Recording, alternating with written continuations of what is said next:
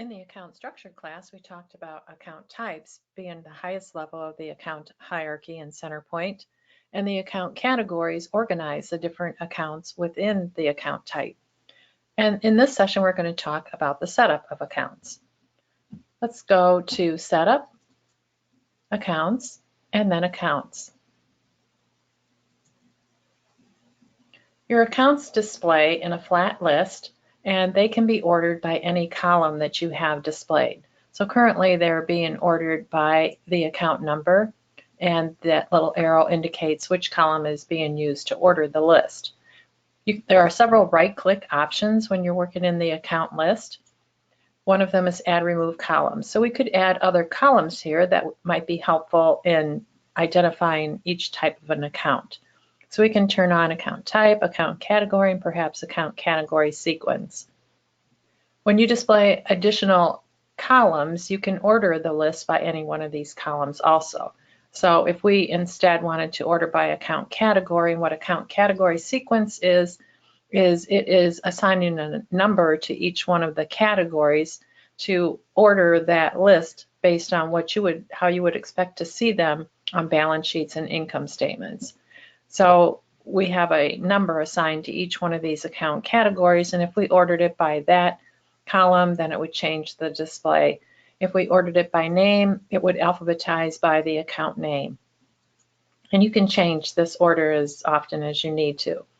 There's also a sort columns where you can sort it by a couple of different options. So if we didn't want to sort it by account number, but perhaps we wanted account type and then account number. It then puts it in account type and then numbers them within that account type. Another option is to hide icons or display large icons. So the icons that you see over at the right, the red $ indicates an account. So we could hide those icons if you wanted, or we could display large icons like that. Let's go back to display small icons. And now we're going to make a new account. So down at the bottom are buttons, and we can click New to create a new account. That brings up a detail screen for an account. Abbreviation is a way of ordering your accounts or a quick way of selecting an account in a lookup list, and they can be whatever you want it to be. So we're going to create a new account. We've added some on-site training revenue, and we're going to add a new account for that revenue account. So we'll give it an abbreviation, and in abbreviations, you have options to manage if you want to not have duplicates.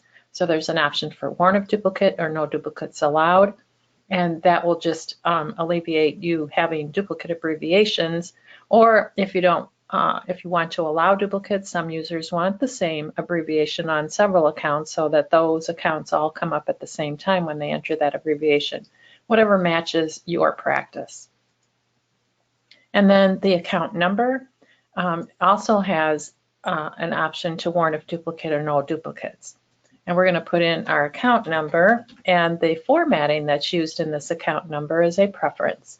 Over under File, Preferences, and Account Settings, you can either set it at the application level if you have several databases and you want them all to follow the same formatting, or you can click on the Database tab, and this would be just for this database.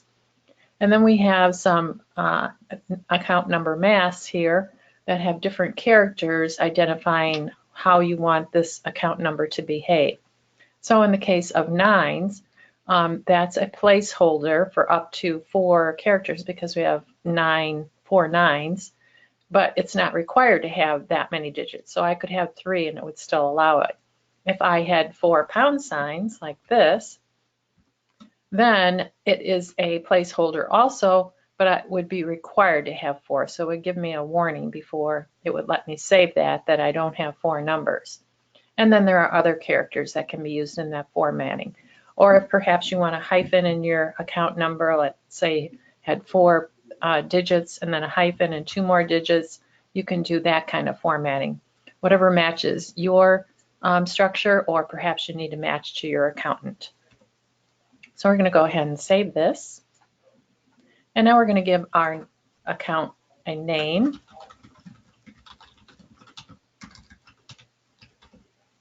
and it will be the account type of revenue. I can type in a couple of characters, or I could have clicked the lookup button and selected the account type. And then I can select the account category. And we want this to be a level 1 account. So if you have a level 1 account, then the sub-account of will be empty. You can have up to 3 levels of accounts, and we'll show you that in a little bit of how that is set up when we look at some utilities expenses where we've used that. Down at the bottom is a unit of measure. So if this particular account is referring to a unit of measure, and perhaps this is by using hours, we can enter a unit of measure, and those are maintained under Setup, General, and Unit of Measures, and you can add new ones when needed. Over on the right is the account hierarchy, and we'll talk about that with different levels of accounts when we do that. But there is also an active status, so you can inactivate an account. If you have an account, you no longer use it, you want it off your list for current data entry screens, then you can inactivate that from your company. Either uncheck the box or click deactivate. Or if you needed to reactivate it, you're going to check it or click activate. And if you have multiple companies, an account can be active for one company and not the other company. And that just manages which accounts you're seeing when you're doing data entry and looking at your list of accounts. And then over on the right is an additional notes, just for your own notes if you wanted something on this particular account. Then across the top are some tabs. On the detail tab, there won't be any additional information for revenues and expenses, but if you were in a loan account, you would see details there for accrued interest and loan payment information. Or if you were in an inventory, you would see a cost account selection and different pieces of information. Your account category manages what details need to be stored for that particular account. On the Prices tab, your accounts that you're using to, where you want to pull a price for calculating the dollars in a transaction, such as a revenue account, and this might be an account where you would do that. You can store a price that you would typically assign for this particular account. So if our hourly rate for this on-site training were $125, I could put that amount in. And if I was a different amount for certain customers, I could also do that, of selecting a customer and putting in a different amount for that customer.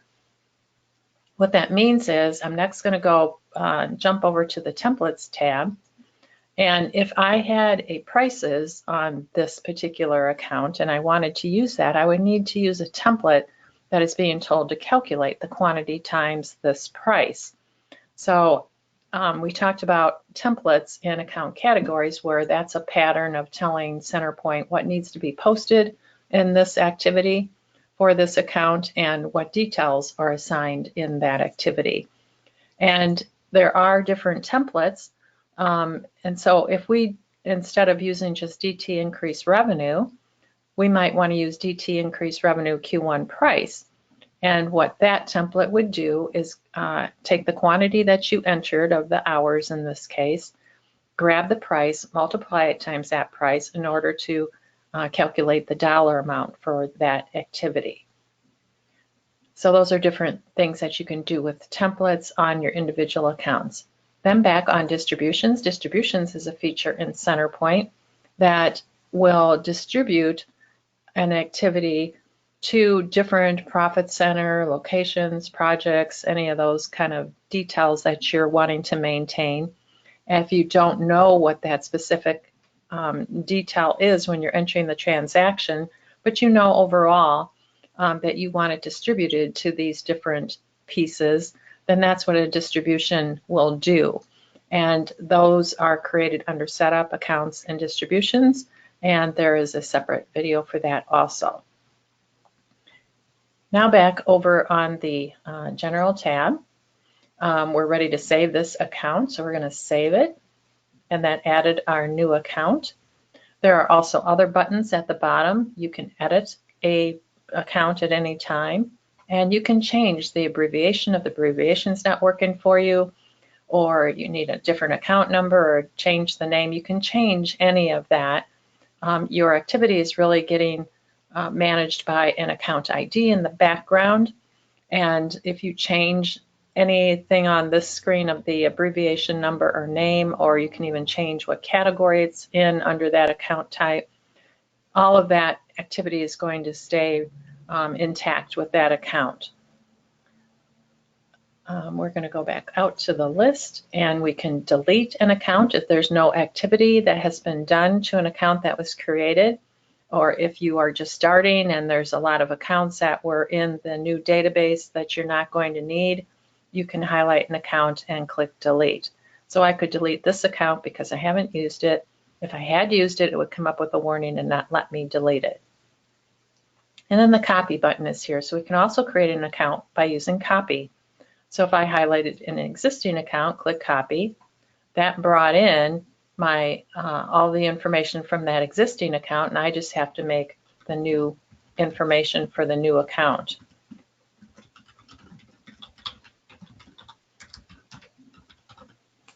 And I'm ready to save it. I can put in the unit of measure again, and I'm ready to save it.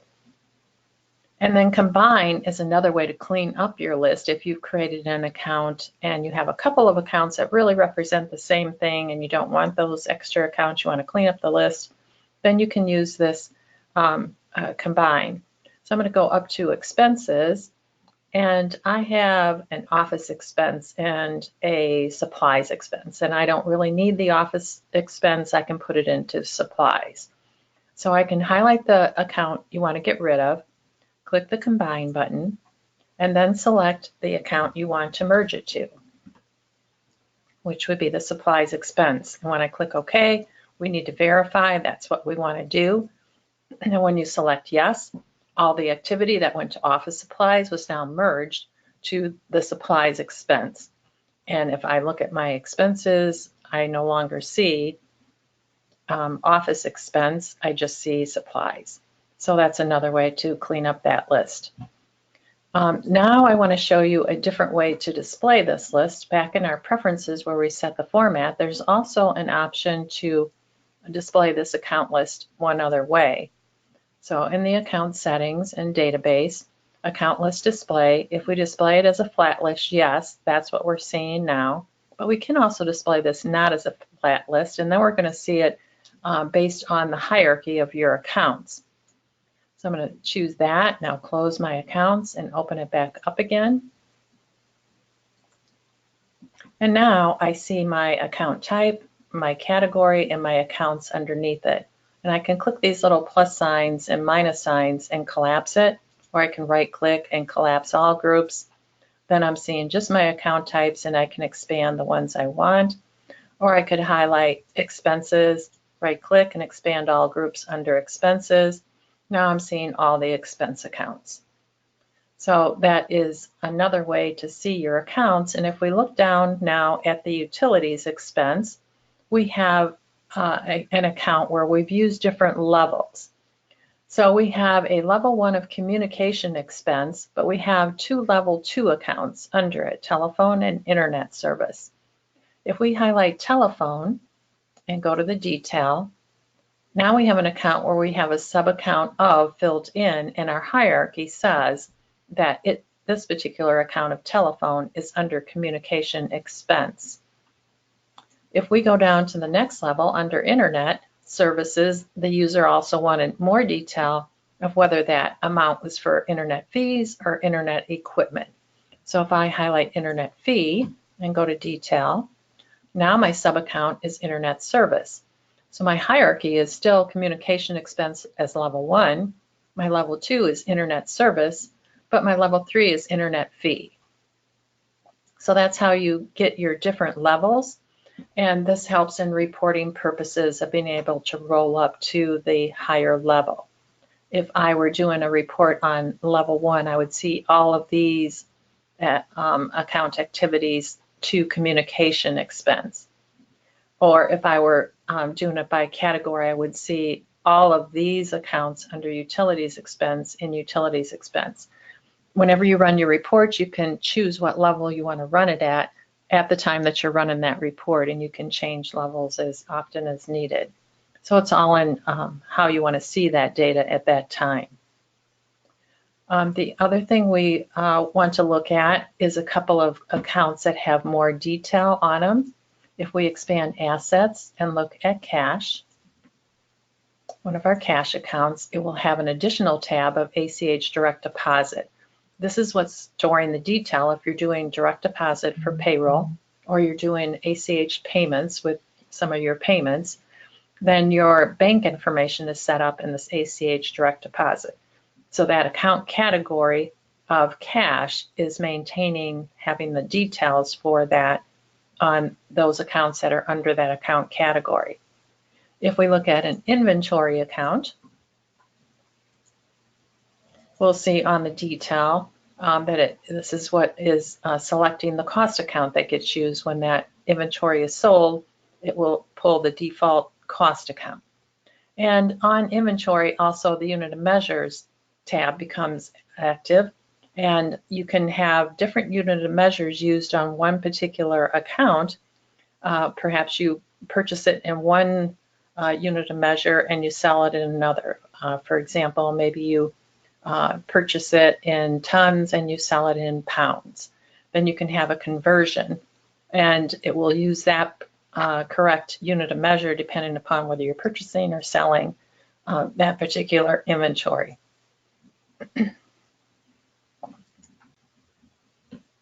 And then one of the other accounts I was going to show you is a liability account that also maintains details for that particular account category, where we have accrued interest information and loan interest rates and payments per year types of loan in our different loans that we might have. And you can also generate a schedule of payments for that loan based on the details assigned to that loan. Let's go back out to the list, and there are a couple of other right-click menu options. There is a display items. So if you have inventory items or fixed asset items, display items will display those underneath those particular accounts. So if I go back up to inventory, under bike inventory, I have some different inventory items under there. If I look at furniture, fixtures, and equipment, I have some fixed asset items under those particular items, accounts. I can't edit them from there. If I highlight one of the fixed asset items, I can't go to detail. Then I would have to go to set up fixed assets to change anything on that item. But I can see what is under the accounts as far as my different items. And there are also, if you're in this hierarchy of display, then you can choose to display all account types and account categories. So account categories where I don't have any accounts in will also be displayed if I turn on that particular right-click menu option. And those are the things that you can do in your different accounts and managing them. We'll have another session on putting in beginning balances. You can also create accounts in your data entry screen. If you were in a payment screen and I go to the account field, right-click, I can create a new account from any of your data entry screens also. And that is getting your accounts ready for using in your financial activity.